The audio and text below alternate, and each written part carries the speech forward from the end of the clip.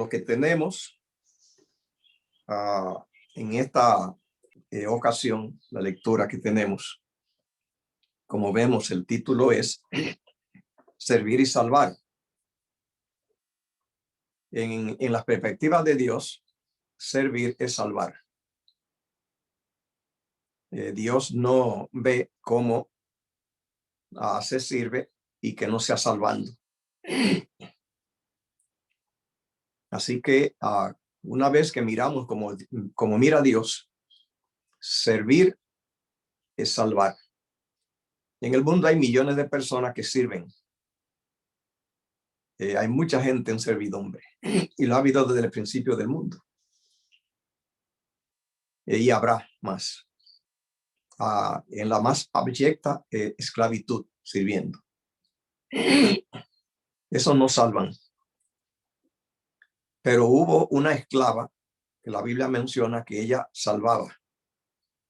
Y es la niña aquella que le dijo al rey de Siria que en su país había un profeta llamado Eliseo.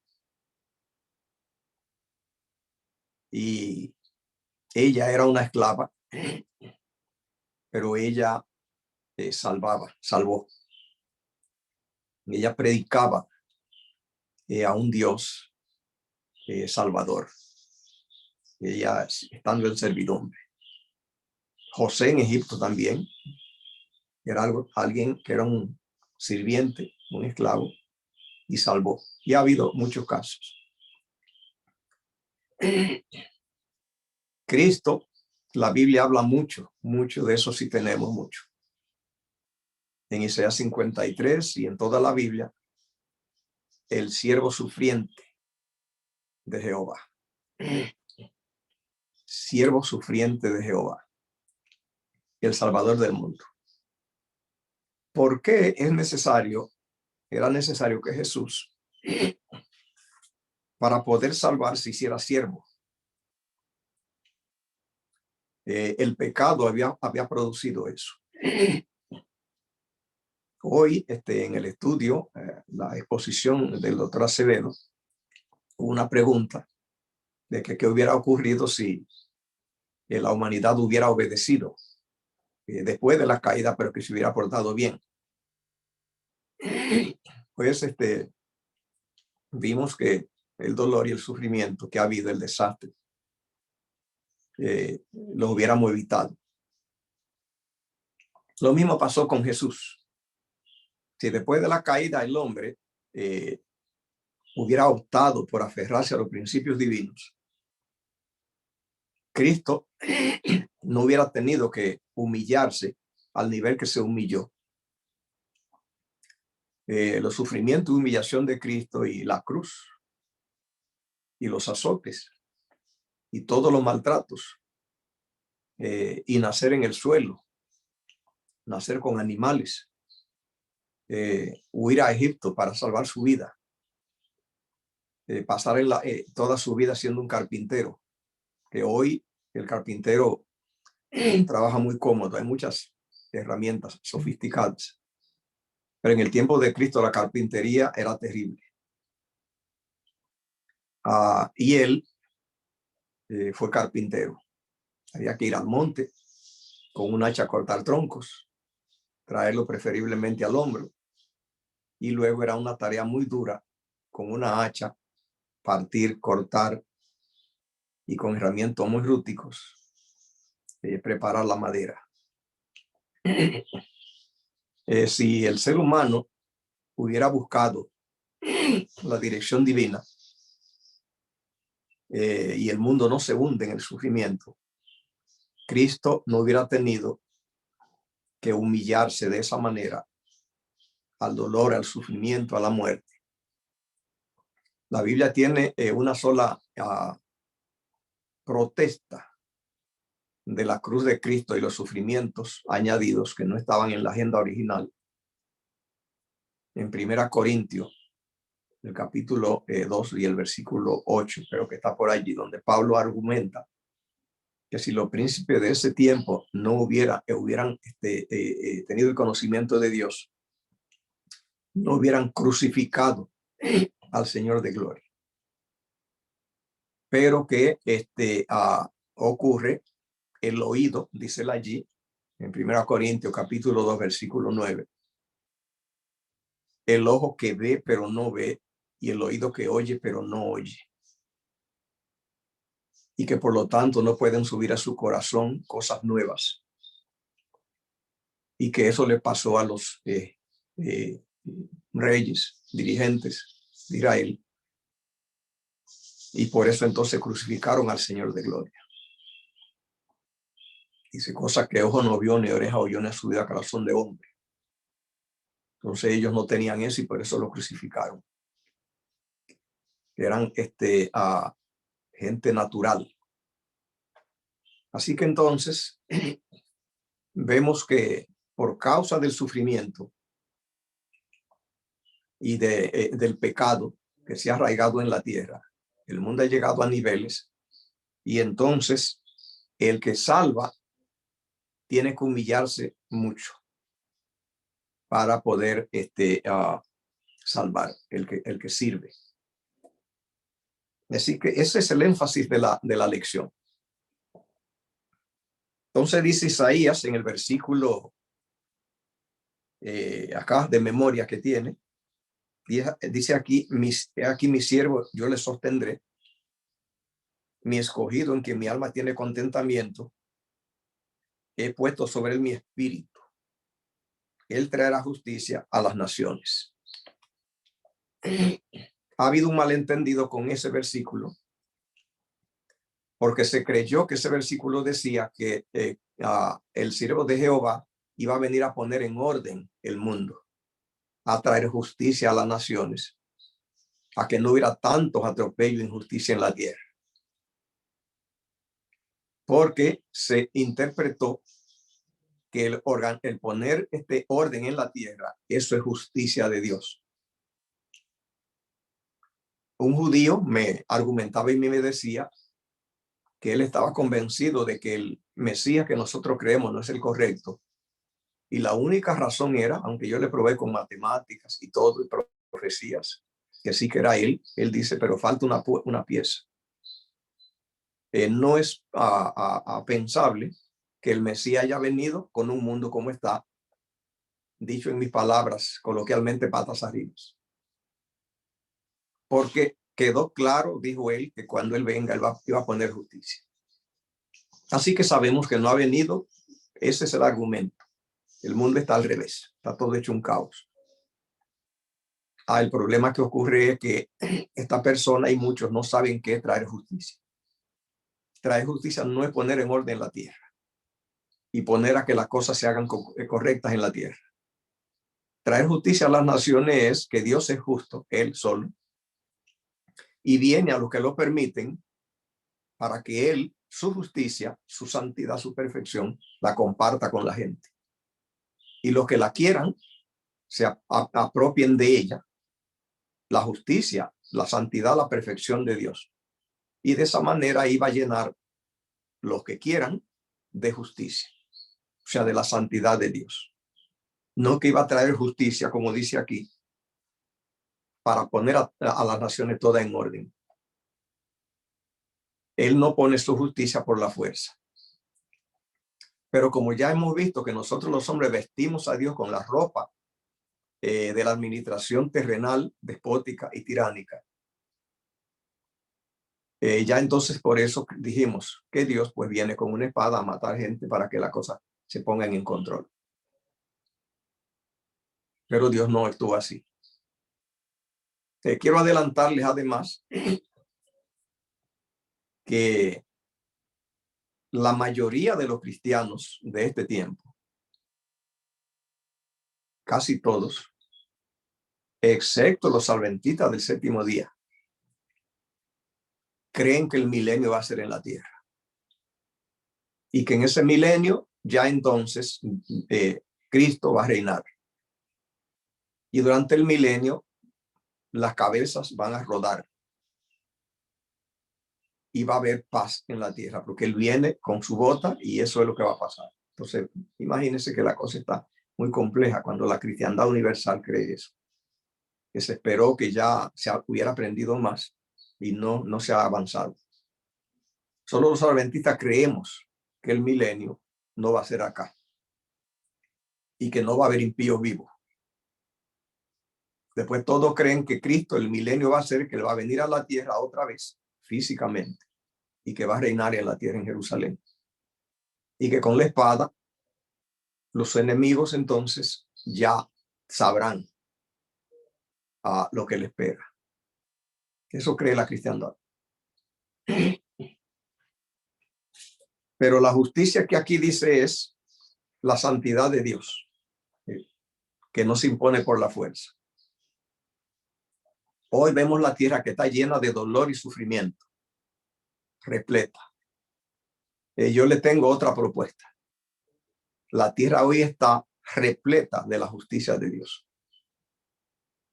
Hasta las nubes de la justicia de Dios. Usted dirá, ¿cómo es posible? El mundo está al revés. La justicia de Dios es Cristo que vino y murió por la humanidad. Dios no tiene más justicia.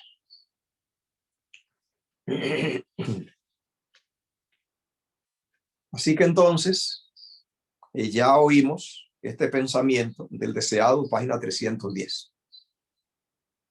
Hallaremos sus huellas, las huellas de Jesús, al lado del lecho del enfermo, en los tugurios de los pobres, en la atestada callejuela de la gran ciudad y en todo lugar donde haya corazones humanos que necesiten consuelo. Al hacer como Jesús hizo cuando estaba en la tierra, andaremos en sus pisadas. Y eso es el método que Dios tiene para que la justicia de Dios, a la manera como Dios la ve, no como la vemos nosotros y la ven los gobernantes de la tierra. Recuerde que las dos bombas atómicas que se tiraron en Japón y las otras que están preparadas allí amenazando, todas es para imponer la justicia. Y que la mayoría de los cristianos está de acuerdo con eso. Y que justicia de Dios es Cristo. Así como lo ve Dios. En esta lección, aquí presenta tres salvadores. Eso es lo que la lección está proponiendo. Tres salvadores. Al Mesías como Salvador que viene acá y trae las manos llenas de salvación. Luego Dios salvando a Israel a través de Ciro cuando estaban cautivos en Babilonia. Y al pueblo salvado como Salvador. El Mesías, Ciro que salva al pueblo que estaba cautivo y el pueblo salvado como Salvador. Esos son los tres ingredientes que la lección de hoy ofrece. ¿Hay algún comentario? ¿Usted estudió algo? ¿Leyó algo? ¿Quería aportar?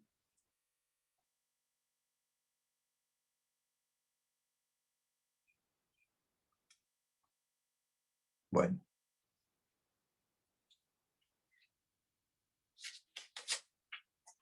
Recuerde bien que la lección de hoy es salvación y que es Dios salvando a un pueblo y el pueblo yendo a salvar. Sí, pastor, yo tengo una pregunta. Bien. ¿La justicia de Dios entonces es lo mismo que justificación? Gloria a Dios. Amén. Amén. Es contraria a como nosotros conocemos en la tierra, porque justicia de Dios es poner las cosas en control, que todo esté equitativo en la tierra. Dios no lo ve así. Dios lo ve a los malos, a los pecadores, por la fe, si tienen fe, que el Señor entonces lo justifique. Y justificar es, yo lo digo de muchas maneras, y voy a decirlo ahora de una manera bien simple, sencilla. Es, tráigase una palangana rebosada de un contenido y traiga palanganas o platos o cacerolas vacías. Para que esa palangana que se rebosa llene las otras, los recipientes. Así es que opera la justicia de Dios. Entonces Dios justifica. ¿A quiénes? Los seres humanos vacíos. Si tienen fe, van para que los llene. Eso es justificar. Amén, amén, amén. Y eso es establecer la justicia de Dios en la tierra. ¿Y eso pasa todos los días, pastor? Desde la caída, ese es el proyecto. Dios no cambia, no hay nada nuevo. ¿Y para nosotros esa justificación sucede todos los días? Desde la caída hasta el cierre de la gracia. Okay. O sea que es algo que debemos buscar todos los días. Debemos, así Es como la única, adelante. es la única opción de Dios. Okay. Entonces, de la misma manera que buscamos el Espíritu todos los días, que buscamos ese bautismo del Espíritu, buscar la justificación todos los días por el perdón de nuestros pecados. Hay dos cositas con esto. Número uno, quien trae el ingrediente que mencioné de la olla llena, quien lo trae es el Espíritu. Si se busca el Espíritu y no se sabe que eso es lo que trae, puede que no haya éxito en la búsqueda, y de hecho es la razón por la cual se está pidiendo el Espíritu por milenios y no pasa mucho. Si no se sabe que el proyecto divino es justificar y que es a través del Espíritu que lo hace. Muy importante eso. El Espíritu no tiene nada que hacer excepto eso. Si no se pide eso, él no viene. Exacto, pedir el Espíritu sabiendo para qué lo estamos pidiendo. Sí. ¿Verdad? Y además, él mora donde eso haya pasado, donde él logró hacer esas cosas que mora.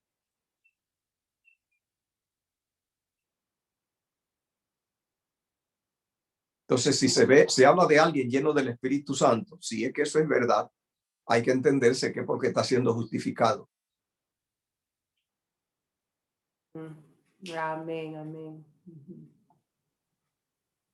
Ahora, ¿por qué tiene que haber justificación? ¿Por qué?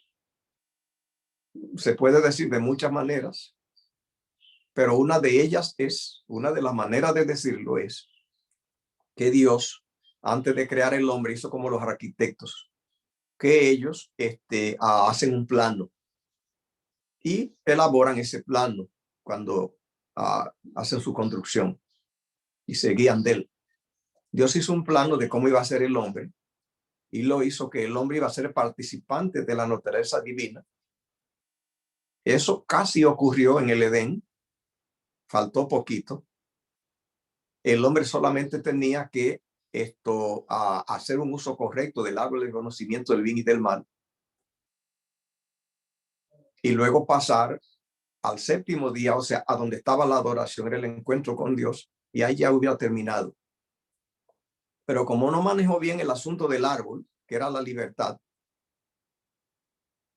entonces ahora Dios le compró tiempo y enviando a Cristo, que esa es su obra, comprarle tiempo al hombre.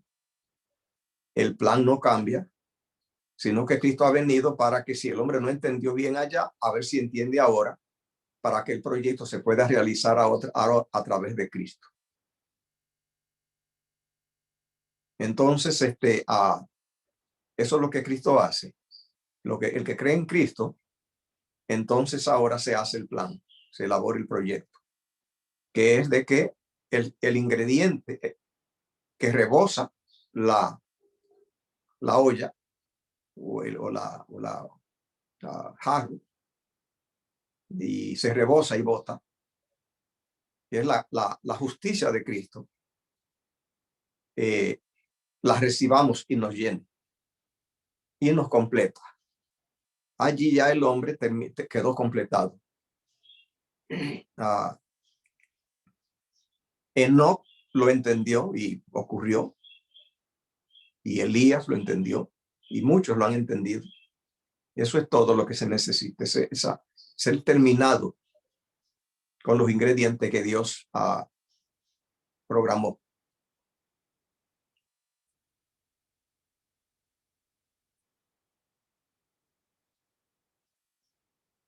¿Algún comentario, pregunta más?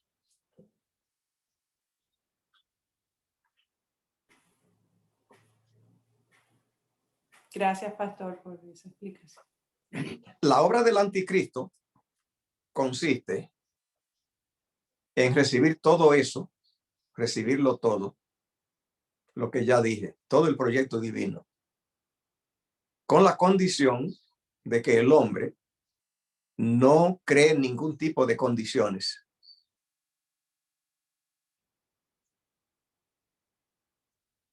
Dios le pide al hombre para ser justificado, que el hombre tiene que crear condiciones. Y es que tiene que aferrarse a los principios divinos y cooperar con la obediencia. Es un tipo de manera que el hombre tiene de darle luz verde para que Dios opere. El anticristo tiene el mismo proyecto, cree en la gracia con todo, pero no incluye esa cooperación humana, la cooperación del libre albedrío del hombre, que de hecho es eso, de que el hombre, Dios no opera sin consultarlo, y Dios interpreta la consulta del hombre, la luz verde, si el hombre estudia los requerimientos divinos y se sujeta a ellos, o sea, la obediencia. Así que entre el cristianismo y el anticristo, tanta gente se perderá porque es muy difícil ver la diferencia, porque depende de los mismos ingredientes, excepto que lo único que la obediencia, esa no está incluida en el anticristo. Así que usted va a oír millones de gente hablando de la gracia y que son salvos por gracia, pero no le diga que el hombre tiene que sujetarse, que tiene que observar algunas reglas, porque ahí ellos entonces ya no aceptan. Lo demás, ellos lo creen igual. ¿Algún comentario, pregunta? Sí, pastor. ¿Podría darnos ejemplo de cuál es la luz verde que Dios pide? Gloria a Dios. Gracias por esa pregunta. La luz verde, es aquello del consentimiento mío. Yo tengo, Dios dejó para que yo consienta, para que yo respete, para que yo exija que se respete mi territorio. Él me dejó herramienta para él no entrar sin permiso. Son los mandamientos de Dios. Dios me dejó los mandamientos, su ley, y me dice, toma eso para yo saber si tú me estás avisando que puedo entrar o no, si tú los obedeces. Ocurrió que allá en el Edén, si Dios no toma medida, hubiera pasado un problema. Y es que después que Adán y Eva pecaron, querían comer del árbol de la vida. Y el árbol de la vida es la justificación, es la justicia de Dios.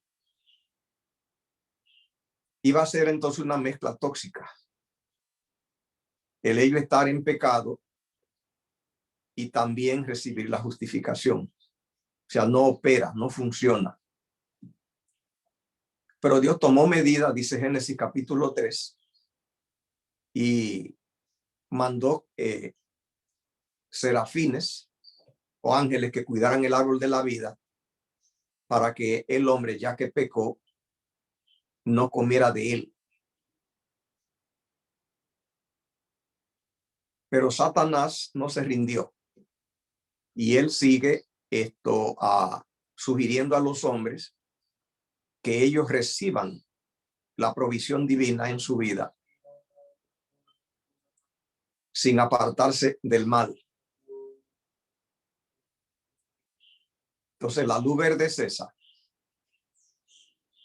que yo estudie cuáles son los reglamentos de Dios Y Dios interpreta que yo estoy cooperando si yo obedezco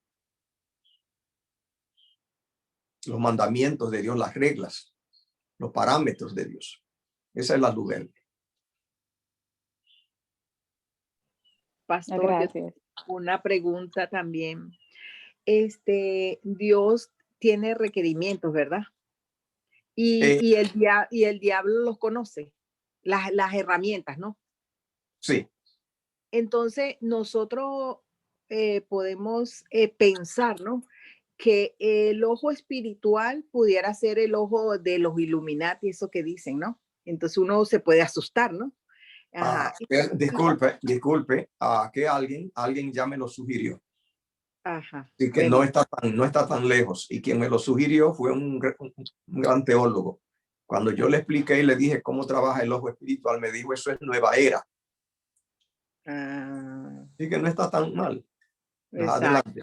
Adelante. Ajá. Y cuando a mí me dicen que tienes que meditar, eso es bueno. Y entonces el enemigo también lo ha hecho extraviado mal, pues. Sí. Ajá.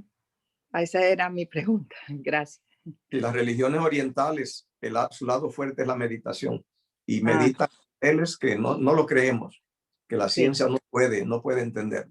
Exacto. Sí. En eso hay que trabajar. Gracias. Sí. ¿Algún otro comentario?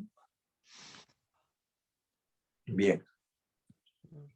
Entonces tenemos aquí en la parte del domingo, dice una nación de siervos. Entonces aquí ya mencioné que lo que la lección propone es que hay 3 servidores o 3 niveles de servicio. Y es que primeramente la lección presenta al siervo de Jehová en el versículo de introducción. Mi siervo yo lo sostendré. Él es el siervo salvador. Pero luego entonces ahí hace una mezcla entre el Mesías e Israel. Y a veces no sabemos bien clarito cuando se está refiriendo al Mesías o a Israel. Él lo hace a propósito. Esa es una propuesta, esa es una receta. Es que así es que Dios funciona. Y es que Dios se ha propuesto simplemente que el siervo de Jehová, el Mesías, simplemente él se multiplique en su pueblo y ellos pasen a ser copias de él. Esa es la razón por la cual, a propósito, se hace eso. Que no sabemos en qué momento Isaías está hablando del Mesías o está hablando de Israel o de la iglesia. Es porque esa es la meta divina, que se confundan, que sean los mismos. ¿Algún comentario, pregunta?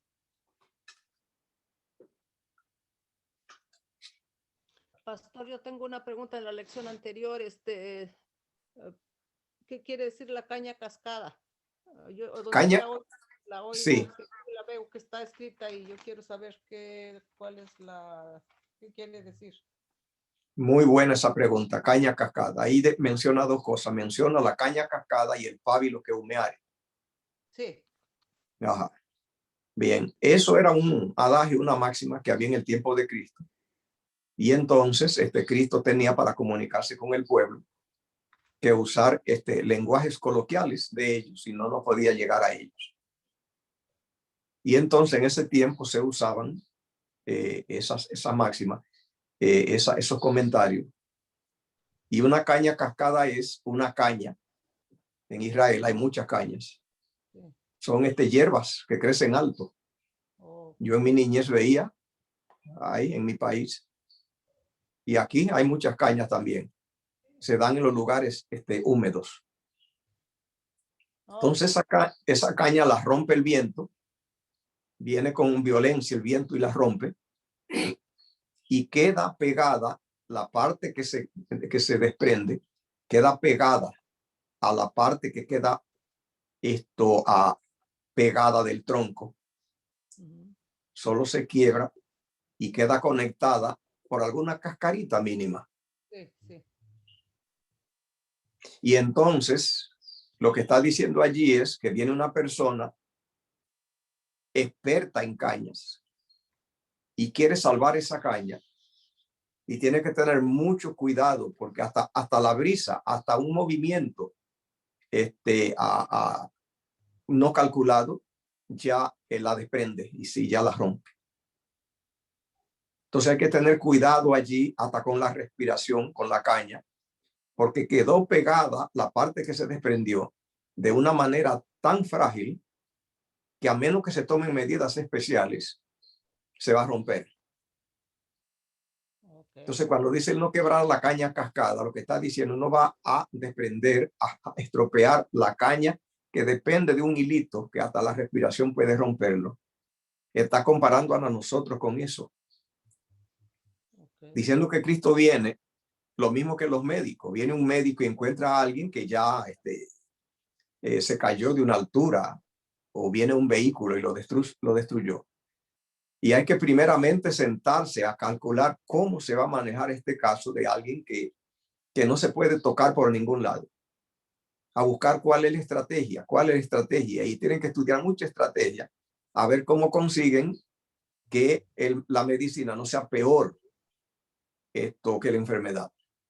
Y cuando calculan por el conocimiento que tienen de cómo son los tendones y los huesos y cómo funciona,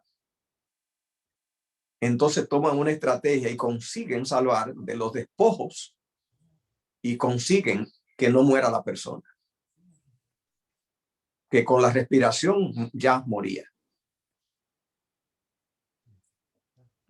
Así Dios ve a nosotros, la humanidad, y ve que Cristo vendría, y nosotros tenemos también que ser así, de ver cuando vemos un caso que ya no tiene esperanza, excepto que hay que sentarse para no darse por vencido, aunque ya no se ve esperanza, y buscar una estrategia a ver cómo salvarlo. Eso es lo que dice allí, no quebrará la caña cascada. El pábilo que humeare, ¿cuál es? Una vela. Sí. En ese tiempo era con velas que se alumbraban, y entonces no había abundancia como ahora de cerillas, fósforo, y llegaban a donde ya se apagó la luz. El viento lo apagó. Quedaba solamente algo de fuego microscópico en el pábilo, y había que buscar, era la única esperanza, cuidando con las manos y soplando poquito a poco, a ver si conseguía que se desarrollara una llama. Eso es lo que está allí Cristo diciendo, y no apagará el pábilo que humeare. Eso habla mucho de la paciencia y la estrategia con la cual Cristo vendría a trabajar con la humanidad en vidas ya sin esperanza, arruinadas, física y moralmente, y como nosotros tenemos que tratar a la gente. Recuerde bien que el método humano es a cada uno darle lo que se merece, y a la persona noble y buena y respetable decírselo, pero al traficante, al ladrón, a la prostituta, al pandillero, al borracho, darle también su lugar y tratarlo como tal. Pero Cristo no. Cristo venía y se imaginaba en alguien ya arruinado, que ya no ofrecía oportunidad. Esperaba ver de allí un alma salvada, y se arreglaba para conseguir extraerlo de nuevo a la vida. Eso es lo que dice, no apagará la caña cascada, no la quebrará, y no apagará el pábilo que humeare. Entonces, como cuando uno les dice a las personas de tal versículo para que, a ver si así, ¿verdad? Ponen atención o quieren... No. ¿No es lo mismo? No le da versículo. La persona que está así con versículos no funciona. No es con versículos que la estrategia que... No. Es lo que Felicita decía, por ejemplo, es que un alma que ya no responde a la Biblia, se le dé una sopa, que a un homeless se le dé un sándwich. Ya ellos no responden a la Biblia. entonces la gente que no quiere poner atención o no quiere escuchar, ya no hay más que hacer que darle algo de comer para que... Eso es lo que dice. Eso es lo que dice. Sí. Okay. Llevar mucha Biblia a la gente cuando ya está en condición terminal no le ayuda. Okay. No. Son palabras. Para ellos solamente son palabras, y no Es decir, por ejemplo, a una persona arruinada, asustada, que le huye a la sociedad, la policía lo busca. Tratarlo con respeto. Y él mismo se pregunta, ¿y si este individuo supiera quién soy yo? Que a mí me gusta la policía, yo soy traficante, soy un ladrón. ¿Ve? Y usted tratarlo con respeto y decirle que Cristo lo ama, como yo encontré una muchacha ayer, fui entrando a la Michoacana. Sí. Y ella llorando afuera. Y yo comencé a bombardearla diciendo que Dios la ama mucho. Que Dios simplemente es poder y que Dios, si ella clama, le va a resolver todo.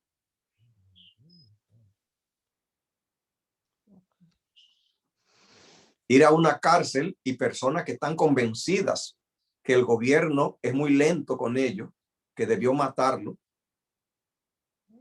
que ellos no se explican por qué no tienen la pena de muerte. Usted decirle que Cristo lo ama, que Cristo puede salvarlo, que Cristo perdonó sus pecados.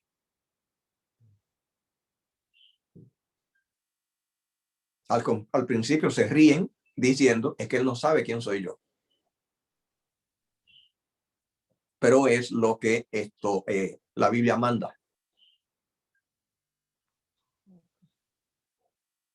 Como dijo usted, pastor, lo que Jesús hizo con la María Magdalena. Sí. Pastor, ¿y por qué ustedes no pueden, como dijo en la mañana con el pastor, con el doctor, por qué ustedes no pueden como acercarse a hablarles a las prostitutas o a los borrachos? Porque dicen que la sociedad, la verdad, pues que no, como que no lo permite, pero Jesús sí hizo eso. Mire, un pastor solo se va a un antro, esos lugares de zonas rojas, sí, que yo conozco. No voy a mencionar países. Yo fui a un país y me dijeron, esa es la zona allí de las prostitutas. sí. Es una zona de ellas. El que vaya un hombre solo, un pastor solo, y pase mucho tiempo allí, no le va bien. Y que lo vean sentado con las muchachas. Yo he estado en muchos países a donde hay zonas de cabaret. Sí. Zonas que son de cabaret. Es decir, un pastor pasando cerca de allí sale mal. Pero si se sienta y pasa tiempo, prácticamente es probable que ya fracase ese día. Con fotos que le tomen o que alguien lo vea, ya él terminó ese día. Ya fracasa.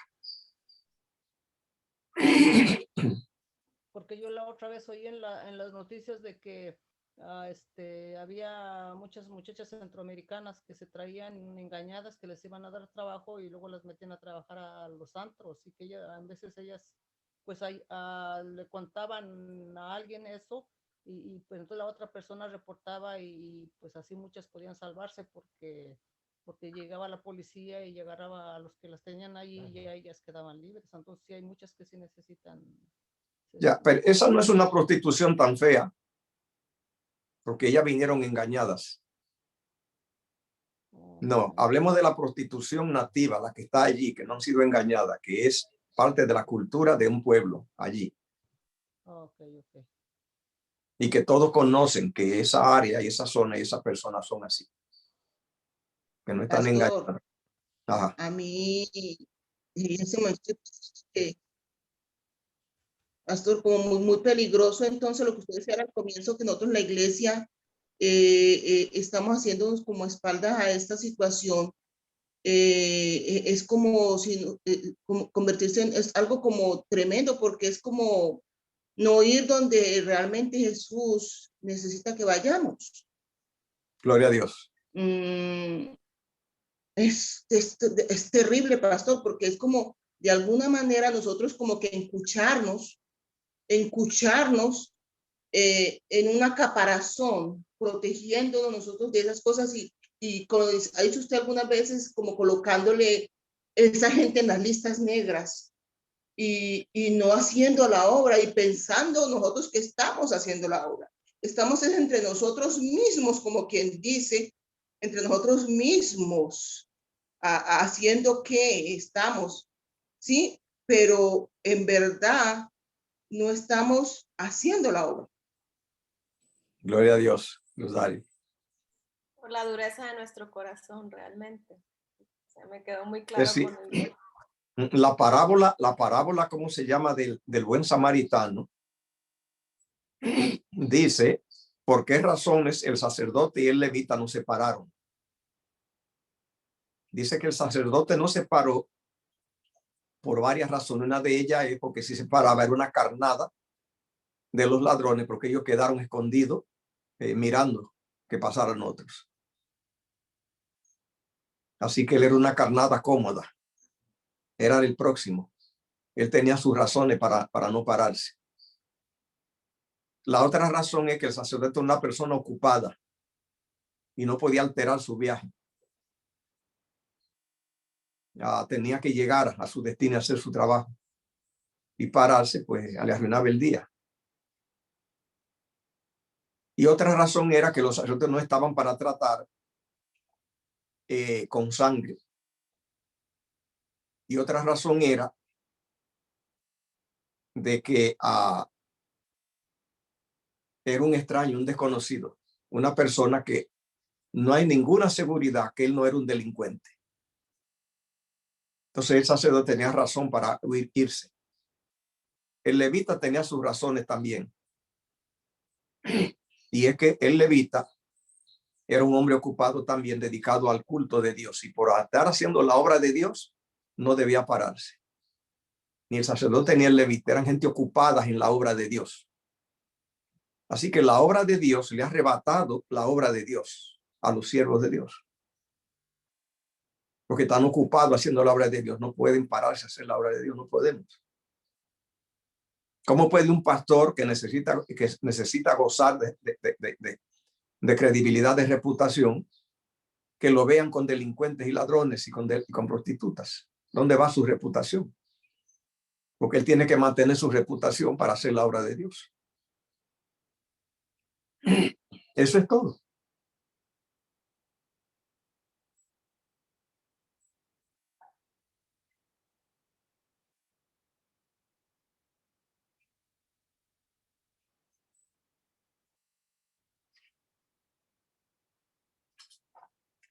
¿Algún comentario, pregunta?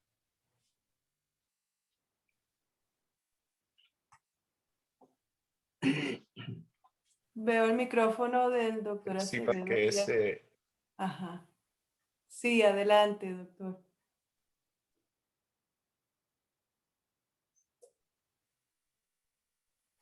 Ay, no se le escucha. Adelante, esta doctor. mañana que es riesgo. Ese es el riesgo que está envuelto en esto. De parte de Dios, de Jesús, de ser culpable por asociación, decirlo así. Está esa gente que ha sido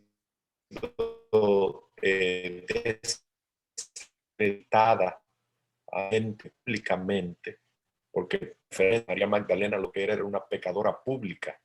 Hay pecadores privados.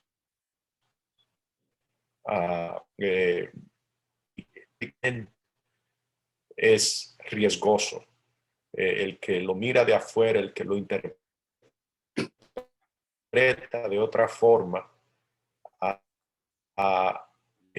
no se le culpa de tantas cosas simplemente porque él se asoció con gente mala.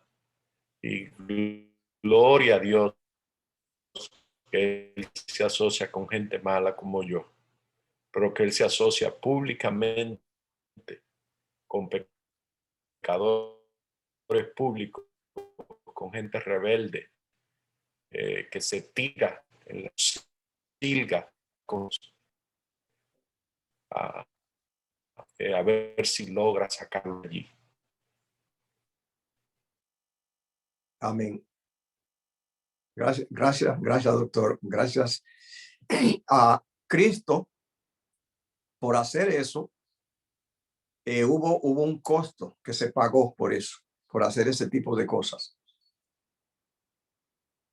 Cristo permitió que María Magdalena le lavara los pies. Y eso trajo un costo muy alto.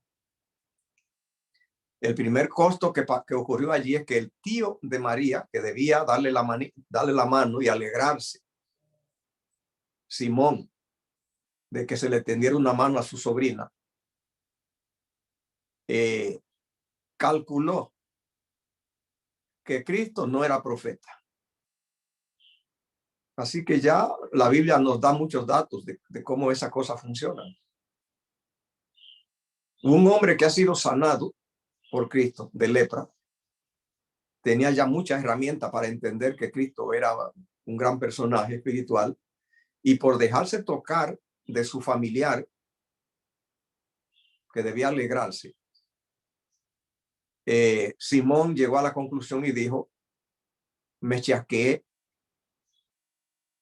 porque Simón le hizo un banquete a Cristo agradeciéndole que lo sanó, y se llevó el chasco Simón amargo, el desengaño de que Cristo no era el hombre que Simón esperaba. Se dejó tocar de una prostituta, así que llevó un costo caro. Hubo otro costo peor. Perdió a Judas por eso. Cristo defendió a la mujer y el costo es Judas. O sea, hay pérdida grande cuando se hace esto. Cristo la defendió: déjala, porque ella está ungiéndome. Es un escándalo. El Mesías debió ser ungido en Jerusalén, pero que una prostituta lo unja, eso ya es algo muy oscuro.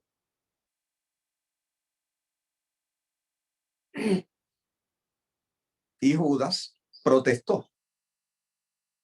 Y fue a donde salieron a relucir la diferencia entre Cristo y Judas. Y fue de allí que Judas decidió ya no seguir operando con Cristo. O sea, hubo pérdidas, hay pérdidas por estas cosas.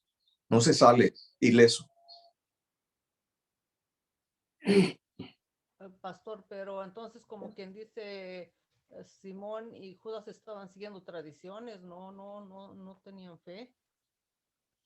Hay que ver si la gente que nos rodea hoy es mejor que ellos, si tienen más visión. Sí.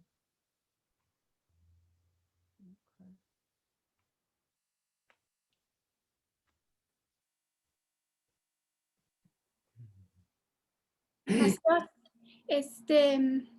el día de ayer estaba escuchando una plática que decían que preguntaban a las personas si querían que ya Jesús viniera a un grupo adventista, y todos decían que sí.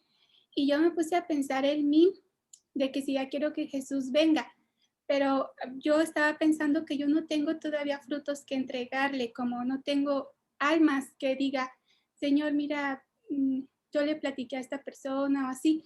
Entonces yo siento que yo, en mi caso, yo no estoy lista para que Él venga, porque tengo que predicar, tengo que compartir, tengo que hacer el trabajo. Entonces, con lo de la plática de hoy, me recordé una cita que dice que, porque se mencionó a María Magdalena, de que dice que este tipo de personas y los publicanos y así van a entrar, muchos de ellos van a entrar primero al reino de los cielos que muchos cristianos. Entonces, yo pienso que que eso de María Magdalena solamente, como dijo el doctor, solamente es algo como nada a comparación de los que ya conocemos el Evangelio y no lo compartimos. Entonces, quería compartir eso. Sí, bueno, el mundo está lleno hoy, repleto de mucha maldad. Las noticias nos dicen de carteles, traficantes, ladrones y de muchas pandillas, crímenes, cárceles llenas, donde esto no está yendo el evangelio, donde los que tienen la verdad no están penetrando. Este es un problema serio. Y no se va por eso, porque hay un costo. Es muy difícil que pueda una persona con la Biblia, un evangelista, poder hacerse extensivo su ministerio a un grande narcotraficante y que salga ileso. Tiene costos, tiene costos. Le voy a mencionar un costo. Ya mencioné algunos costos, pero tiene costos. En Colombia, nuestro querido país, pasó algo interesante que quizá muchos colombianos no sabían. En la selva donde estaba Marulanda, Tiro Fijo, cuando él era el líder de la guerrilla, Manuel Marulanda, allí hubo un pastor adventista que se puso los pantalones y estuvo dispuesto a acercarse a Tiro Fijo, allá en la campiña, bien rural, y le pidió un local que ellos tenían de entrenamiento para hacer una campaña. Y se la concedió. Le dijo que era para hablar de la salud, sobre todo. Y hicieron la campaña y predicaron y se bautizó gente, muchas. Y cuando él fue a darle la gracia a Tiro Fijo, gracias, general, el hombre se desmudó, se desmudó a su semblante. Y el hombre no estaba cómodo, estaba bien, el hombre estaba bien molesto. Él era marxista. Y él dijo, ustedes cuando vino me dijeron que era para hablar de la salud y para hablar de asuntos mejorar la sociedad. Y ustedes allí predicaron religión. Y por algo le decían Tiro Fijo a Manuel Marulanda. Y el hombre estaba sentado escogiendo fresco. Fue una tarde. Allí, descansando, planificando las estrategias. Y el hombre se molestó bien y le dijo a la esposa, rápido, corre, tráeme la pistola. Estaba hablando en serio. Y se la descargó encima al pastor. Así que hay costos. Murió. Poco tiempo después murió Marulanda. Pero eso pasó. En Guatemala, un compañero mío, cuando estaba en pleno desarrollo, la guerra de Guatemala, yo estaba en Guatemala y estaba en Centroamérica. Disculpe, déjeme buscar, conectar el celular. Este compañero mío que estudiamos juntos en Costa Rica, pastor, fue al campo a trabajar en Guatemala. Y la guerrilla, pues, no perdonaba, igual que Tiro Fijo. Eran igual. Mataban, todos los resolvían a tiros. Y el hombre, pues, el pastor, era del campo, muy rural, del campo de Guatemala, y allí estaba predicando y ganando muchas almas. Y un día pues iba para el pueblo en el bus. Estaba atestado de gente. Y los guerrilleros pararon el bus, lo hacían siempre, cuando querían encontrar a alguien. Y preguntaron, le preguntaron al chofer y a la gente, ¿va aquí el pastor de la iglesia adventista? ¿Va aquí? Y preguntaron con mucha insistencia. Y el pastor dijo, sí, yo estoy aquí. Y salió caminando con su Biblia. Bajó del bus. Ellos lo agarraron por la mano, eran como 3. Lo llevaron a un lado y lo fusilaron. Sí. Es decir, tiene un costo. Pero es así como funciona.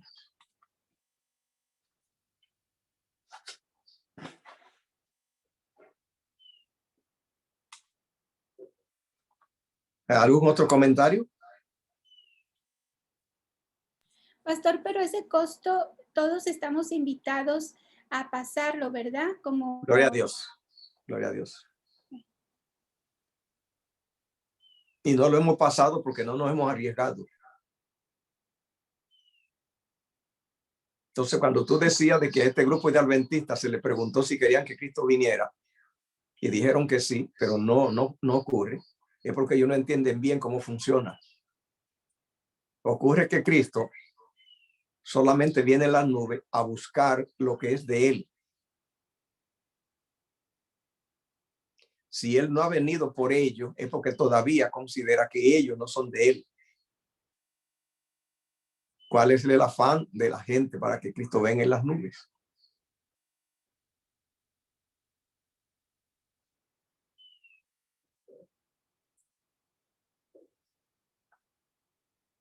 Iba a decir, pastor, que al no correr el riesgo de llegar a aquellas personas, corremos un riesgo más grande, es exponer a que esas personas no obtengan la salvación. Gloria a Dios. ¿Sí? Entonces eso me quedaba yo preguntando, es como usted tener un medicamento y ver a las personas ahí enfermas y porque de pronto hay un perro bravo, usted no evita llegar y darle la medicina a esas personas. Me quedó eso sonando en la cabeza. ¿Cómo hacer? Bueno, ya usted lo explica que es como tener valentía de hacerlo. Y bueno, pienso yo que Dios, de alguna manera Dios nos respaldaría cuando se está haciendo una obra para Él. Pues es llevar la salvación, lo que Dios nos está ofreciendo, llevar la salvación, la oportunidad de salvación a otras personas.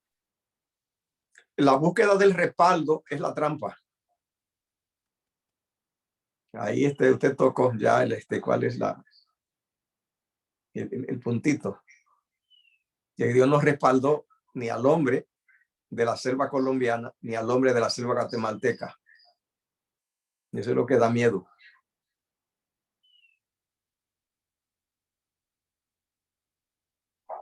Ese es el temor. ¿Sí? Ahora con el COVID no hay que ir tan lejos.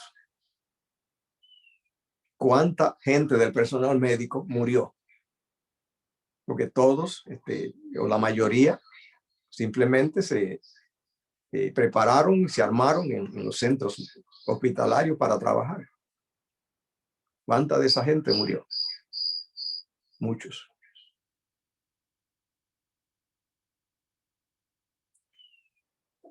Pero mucha gente no se expuso. Pero claro, esto es un asunto médico. Pero ahí entra también lo espiritual. Y ese es el problema. Yo creo que no tenemos el Espíritu Santo, por eso no hemos tomado la autoridad que Dios nos dio, que dice que echaríamos fuera demonios en Mateo 10.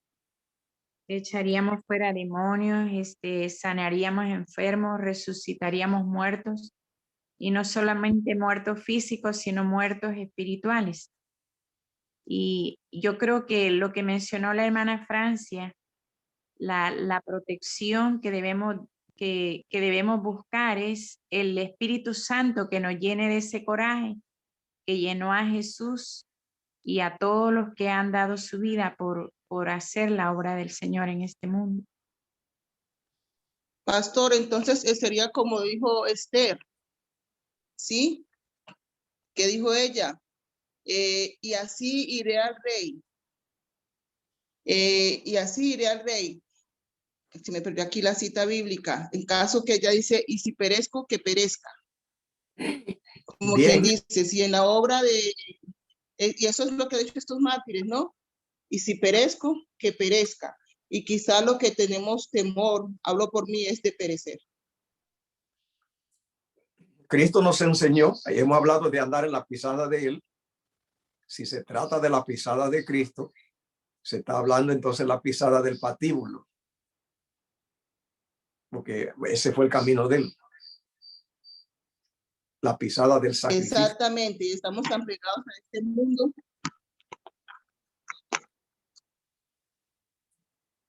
Sí. ¿Algún comentario, pregunta? Pastor, entonces, el sí. pastor que murió en Colombia y el que murió en Guatemala, que los mataron, ellos como que fueron unos mártires porque ellos murieron por sí. andar. Okay. Mártires. Sí, okay. Gracias. Y la razón por la cual Cristo no ha venido es porque no ha habido mártires. La falta de mártires es lo que impide la venida de Cristo.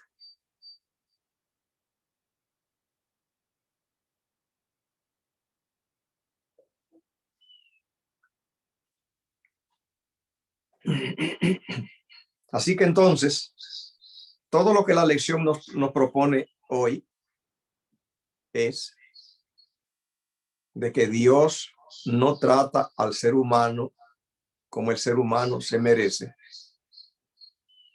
porque todo lo que tiene la lección de este trimestre y la de hoy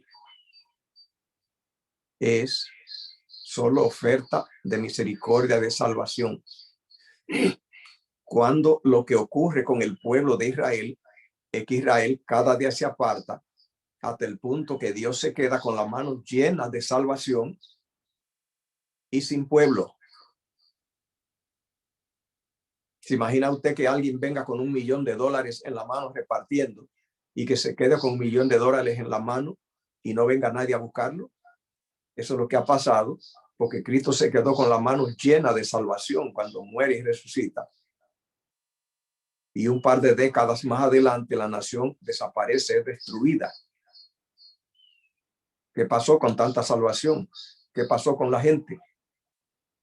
3 millones de judíos que fueron sacrificados con un Salvador con las manos llenas allí. Eso es lo que la propuesta del libro de Isaías entero. Dios con las manos llenas y que el pueblo perece.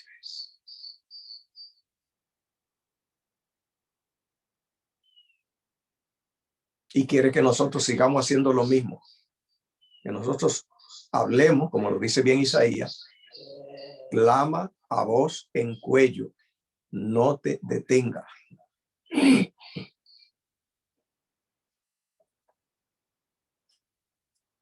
Eso es servir y salvar.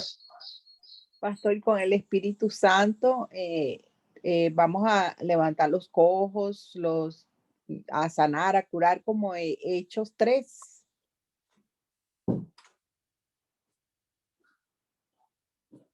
Solo me preocupa de ese comentario de que vamos a ese futuro. Eso es lo peligroso. Con el Espíritu vamos a.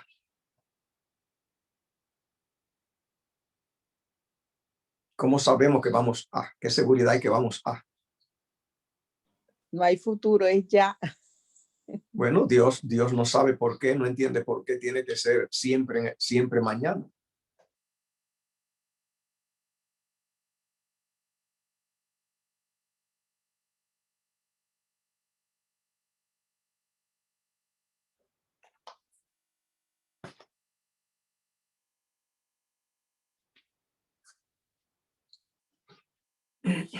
Así que lo que entendemos es de que el Mesías viene y Él es el Salvador del mundo. y de Israel, el pueblo, teniendo un Salvador tan grande como Jehová, va cautivo a Babilonia. Y que Jehová allá entonces le pone a Ciro para que lo salve. El pueblo no debió nunca tener que haber ido a Babilonia por nada. Tenía un Dios grande, bueno. Pero como Dios todo lo único que sabe es salvar, no sabe tomar represalias.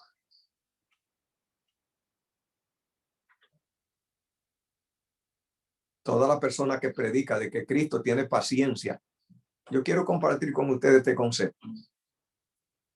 Yo no hablo de la paciencia de Dios. Yo no me gusta el concepto de la paciencia de Dios. No lo uso. Hay conceptos que yo no tengo en mi diccionario. Y yo no tengo la paciencia de Dios en mi diccionario. Porque la paciencia implica, trae aparejado un concepto como de que está estirando. Y Dios no estira. Dios simplemente ama. En el concepto paciencia ha involucrado un ingrediente intrínseco, como de que se está excediendo, como de que está allí caminando millas más lejos. Y Dios no trabaja así. Dios no trabaja caminando millas extras.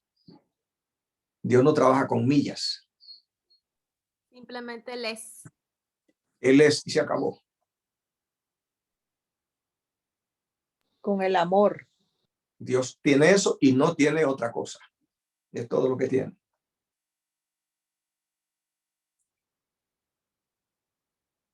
El amor de Dios estaba corriendo a raudales sobre Judas cuando él se ahorcó.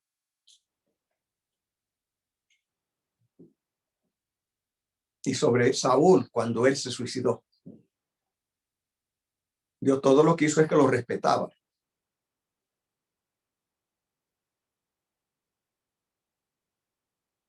Entonces la cristiandad universal cree que la paciencia de Dios trabaja como paciencia. Y es que tiene un límite. El concepto de paciencia tiene límite. Dios no tiene límite.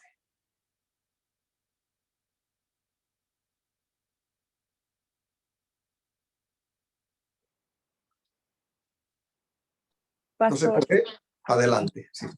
Pastor, si el pueblo iba rumbo a Babilonia, el pueblo actual va rumbo a esa nueva orden mundial. La Biblia lo que dice es que Babilonia es que impera en el mundo.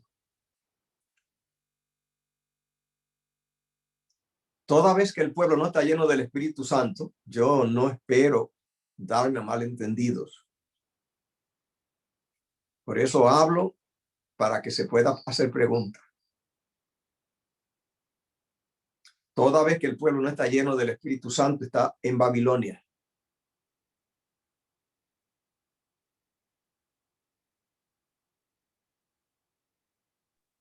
Ok, entendido.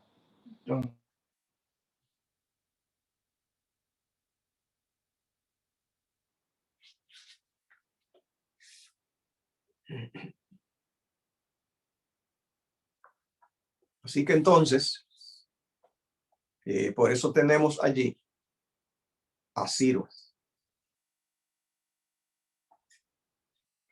¿Qué papel juega Ciro?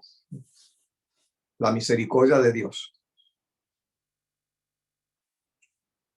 Que Israel pudo desarrollarse y hacerse la nación más poderosa del mundo, llena de bendiciones de Dios en Israel, sin tener que ser molestada por ninguna nación.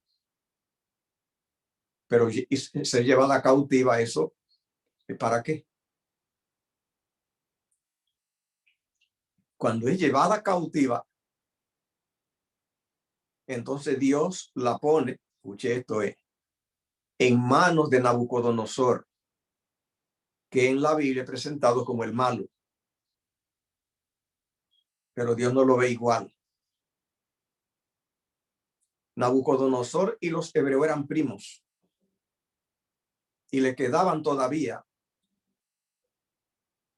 vestigios del temor que hubo, que los caldeos tuvieron en el principio, porque Abraham era caldeo. Nabucodonosor era caldeo y el ejército que tomó a Judá era caldeo.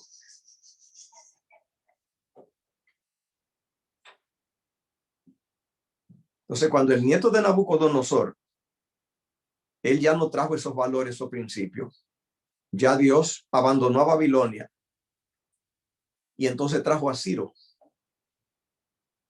Todo Dios manejando solamente pieza, nada más, protegiendo a gente mala que anda huyendo de él.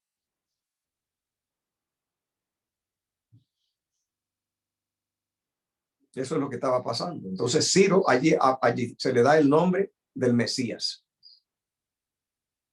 No sé si ustedes recuerdan un incidente que hubo aquí hace muchos años, aquí en Texas, en Esco. ¿Cómo se llama? En Waco, Texas.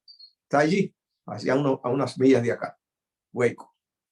Allí estuvo, ¿cómo se llamaba allí? El individuo que se levantó allí. David Koresh. Ese no era el nombre de él. Él se puso el nombre David Koresh. ¿Pero qué significa Koresh? Koresh es el nombre en arameo de Ciro.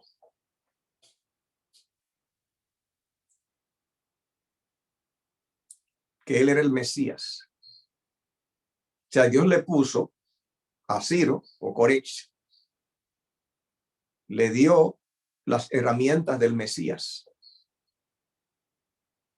y le llama mi siervo. ¿Por qué? Porque ya que Dios no pudo salvar a Israel, cuidándolo Dios, él se le escapó de la mano. Jehová le provee otro salvador que lo salve entonces afuera. Y ese es Ciro.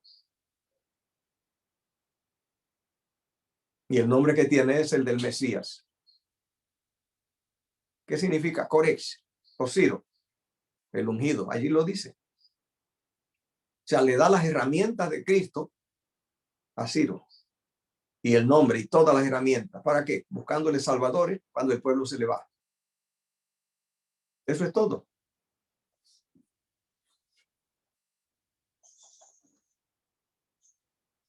O sea, volvemos a la predicación del doctor José de la mañana, ¿verdad? Cuando no permitimos. Y Dios simplemente acompaña y trata de contener el mal.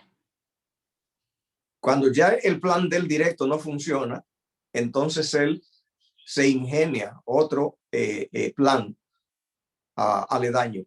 Eso es Ciro. Un político que Dios consiguió que salvara a Israel, porque Israel se le fue de las manos.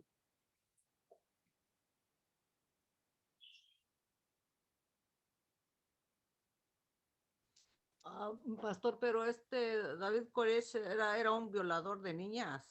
El de aquí de Texas, sí. Sí. Pero yo lo que mencioné porque él se puso ese nombre. Ok. Era ¿con quién dice un anticristo? Bien. Él lo tomó fue de Ciro. Sí. Pero Ciro, el persa, fue un salvador que Dios consiguió, un salvador aledaño, ya que el pueblo no funcionó con él. Sí, pero lo liberó de Babilonia al pueblo de Israel. Es decir, le busca salvadores de todos lados, cuando ellos no cooperan. Y le dieron todo el dinero para que reconstruyera el culto, la ciudad, el muro y todo. Sí, les dio todos los utensilios que se habían llevado. Exacto. Bien. Gracias por la atención y la participación. Voy a tener una oración, Padre. Grande es tu misericordia, gracias tu cuidado. Nos ponemos en tus manos. Envía tu espíritu, guíanos en el nombre de Jesús. Amén. Perdonen que no tenía reloj aquí y entonces me pasé. Mi esposa ahora me avisó. Amén.